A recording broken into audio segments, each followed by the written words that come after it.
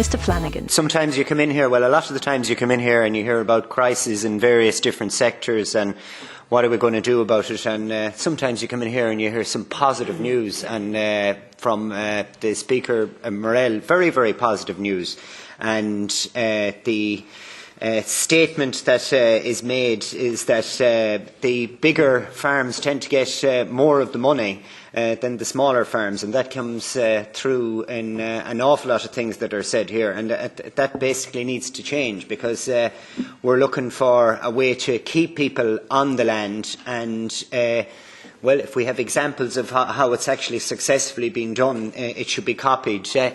In relation to what Mr Glatfelder said on biogas and anaerobic digestion, I'm just wondering what his opinion is on changes, well, potential changes to fertiliser regulations at European level and how they might help to close the circle, because that is one massive challenge, especially for farmers from Ireland have when it comes to producing beef and producing dairy.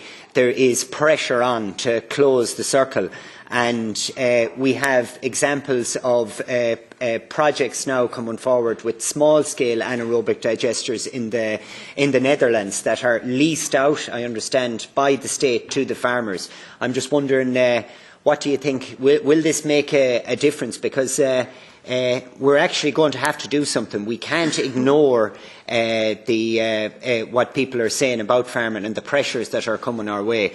I'm just wondering, Mr Glatfelder, what do you think?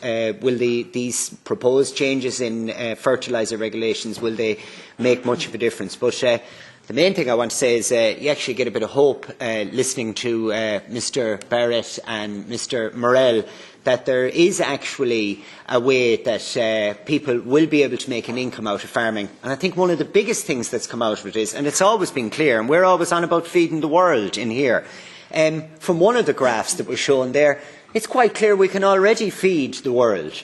But it would be a lot easier if Europe was serious about feeding the world, that we stopped producing weapons that blow up roads on the way to getting to some of this food, and actually fed the people with this food, rather than playing games with it and turn it into a commodity rather than what it should be, something to eat.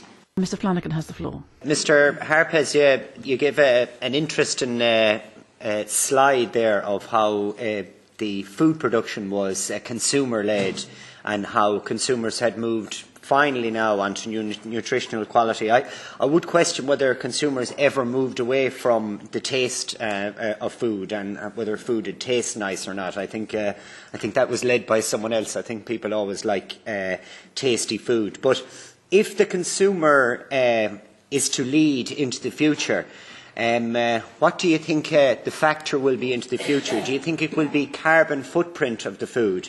And given the amount of food that Israel exports, and Ireland exports quite a bit as well, what will you do if the consumer says, well, it's coming from too far away? What will you do about the consumer then?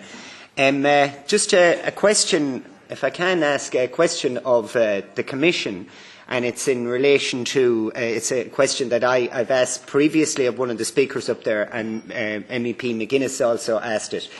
Changes that are, well, at the moment are coming about in fertiliser regulation, what exactly do the Commission see as a way of improving the potential for anaerobic digestion, and namely what was said by one of the speakers up there, that at certain times of the year they've just got to stop they basically got to stop the anaerobic digestion because the digestate can't be spread. I'm just wondering what the Commission is going to, I don't know, propose to help us with that.